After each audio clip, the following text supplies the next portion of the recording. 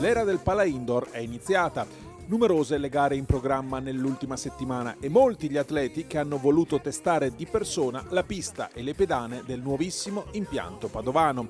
L'attesa della giornata di sabato era la campionessa europea Under 23 di alto Alessia Trost, che si è testata nelle multiple saltando in alto a 1,96, sua quarta misura di sempre. Ho chiuso con 1,96, prima gara dell'anno, quindi va benissimo. Non abbiamo ancora finalizzato la preparazione e spero che questo sia un punto di partenza su cui lavorare durante tutta questa stagione. La gara è andata avanti abbastanza velocemente e poi niente, sono rimasta a 1,84 da sola e da lì sono andata avanti. Va bene, dai. Quest'anno non abbiamo finalizzato completamente la stagione indoor al salto in alto, ma abbiamo pensato di fare una serie di prove che comunque rispecchiano diciamo quasi completamente il lavoro che facciamo in allenamento. Padova sì, ci sono i campionati italiani di prove multiple e l'ultimo weekend di gennaio cerchiamo di fare bene. Prima di lasciare Alessia le abbiamo chiesto come avesse trovato la nuova pedana di Padova. È bellissima, ho fatto la prima gara stamattina, è veramente una bella pedana, molto elastica. Si possono fare dei bei risultati. Il suo è un parere condiviso, come sentiremo dire dagli altri atleti intervistati.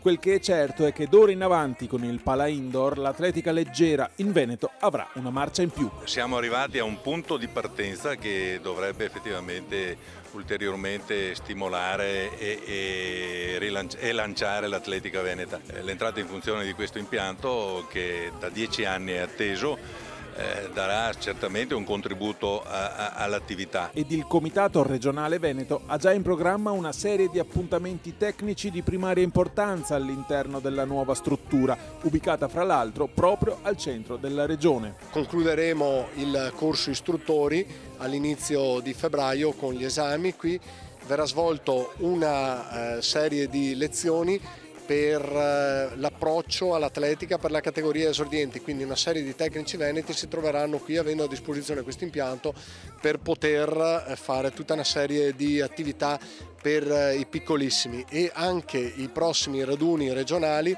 sia del progetto Talento sia i cosiddetti mini raduni verranno approntati in infrasettimanale qui all'impianto di Padova. Il nuovo pala indoor non solo offrirà nuove opportunità, ma a qualche atleta cambierà le prospettive. Capiamo come, passando allora alle gare di contorno di sabato 11 gennaio riservate ai veneti. Mattia Stival chiude i 1500 in poco più di 4 minuti e 02, si pone come obiettivo l'abbattimento del muro dei 3,47 e tiene in grande considerazione l'opzione indoor. Gli altri anni abbiamo sempre puntato alle campestre, quest'anno avendo Padova non così distante proveremo a fare anche la stagione indoor. Sono quasi contento e speravo di andare sotto i 4, però grazie anche al mio amico Riccardo siamo riusciti a fare una gara abbastanza andante. E la pista, diciamo, è la prima volta che la provo qua a Padova, dopo aver provato comunque da allievo la vecchia pista qui vicino, e si è fatto un passo avanti. L'unica cosa è abituarsi, credo. Nei 1500 donne Valentina Bernasconi non ha rivali.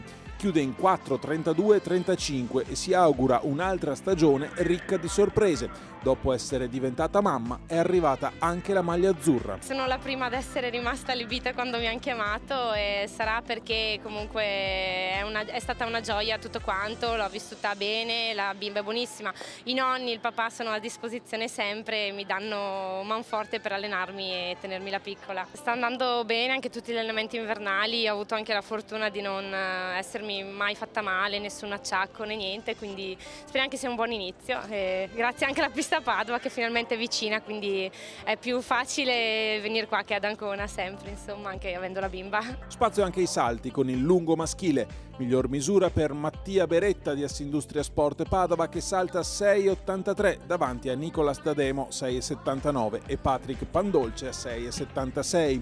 Nel triplo donne si fa vedere un'altra atleta padovana di Assindustria. È Anita Pezzolo, che chiude in 11,90, ma che sempre qui, pochi giorni prima, aveva siglato il personale. L'altro giorno mi sono migliorata di quasi mezzo metro rispetto al mio personale.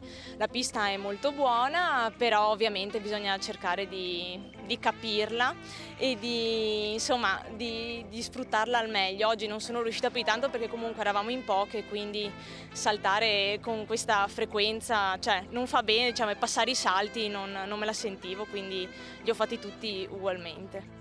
Nei 400 Minu Gudi, Atletica Vicentina, taglia il traguardo in 49,03, mentre fra le donne ancora Atletica Vicentina con Francesca Scapin a chiudere in 58,14. Mentre la vediamo all'opera, ecco le parole di Caravani, suo tecnico, che a livello indoor conquistò un titolo italiano nei 60, un record italiano nella stessa distanza nel 1975, un record italiano sui 50 e sulle 50 yard, partecipando anche a 3 campionati europei indoor. Un palazzetto indoor a Padova è una cosa che aspettavo già dai tempi miei, dagli anni 70, perché è veramente una cosa importantissima.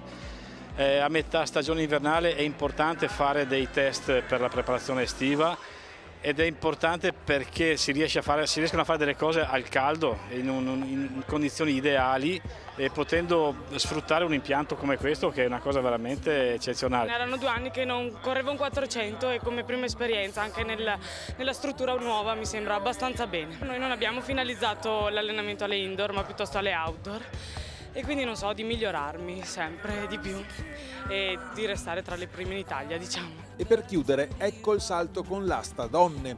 Nelle gare di contorno non c'era Elisa Molinarolo, laureatasi campionessa regionale indoor nelle multiple categorie promesse. Si è fatta vedere Francesca Bellon, che riparte dopo 2 stagioni sfortunate. La pista spinge bene e sicuramente per gli atleti non padovani ma di tutto il Veneto è una grossa opportunità quella di avere un impianto indoor che finalmente funzioni. Io rientro da 2 anni non molto fortunati, quindi spero nel personale, quello di sicuro. Poi magari anche i campionati italiani assoluti non sarebbero un brutto traguardo a cui puntare.